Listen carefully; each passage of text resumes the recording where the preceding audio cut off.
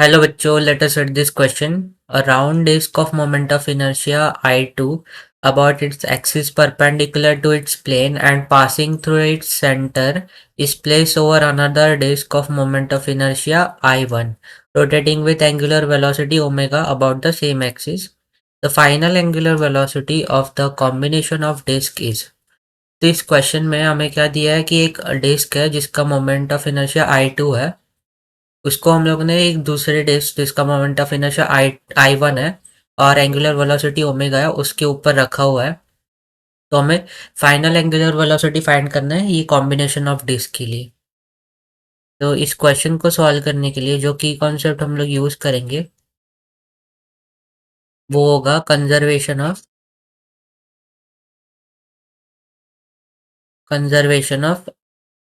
Angular conservation of angular momentum.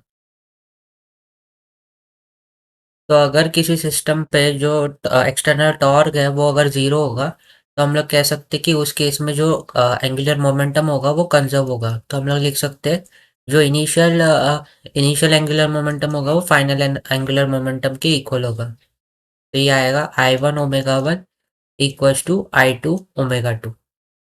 अगर diagram बनाए तो पहले हमें एक डिस्क दिया हुआ है जिसका जो मोमेंट ऑफ इनर्शिया है वो I2 है और सेकंड और एक डिस्क दिया है जिसका मोमेंट ऑफ इनर्शिया जो है ये I1 है और ये ओमेगा से रोटेट हो रहा है।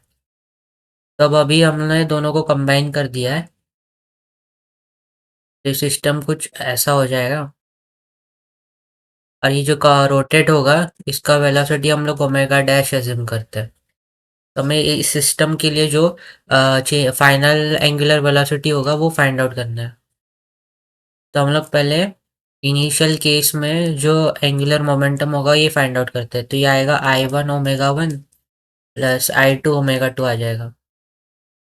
तो पहले वाले का जो है एंगुलर मोमेंट ऑफ इनर्शिया जो है वो I2 है और ये रोटेट नहीं हो रहा तो ओमेगा 0 आ जाएगा। फिर सेकंड वाले में के लिए मोमेंट ऑफ इनर्शिया I1 है और ओमेगा 2 जो है उसका वैल्यू ओमेगा आ जाएगा। तो आई इनिशियल जो है एल इनिशियल जो है वो आएगा I1 ओमेगा। सिमिलरली हम लोग फाइनल कैलकुलेट करते हैं तो ये हो जाएगा I1 omega dash plus I2 omega dash. तो जो फाइनल एंगुलर मोमेंटम हो जाएगा वो होगा I1 plus I2 into omega dash. तो by conservation of angular momentum हम लोग कह सकते हैं कि जो इनिशियल एंगुलर मोमेंटम है वो फाइनल के इक्वल है।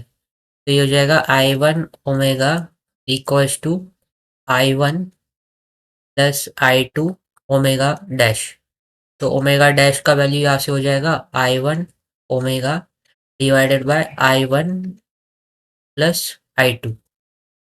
तो जो फाइनल एंगुलर वेलोसिटी होगी वो I1 omega upon I1 plus I2 होगी। तो ऑप्शन बी इसका राइट आंसर हो जाएगा। So I hope you have understood it well and best of luck.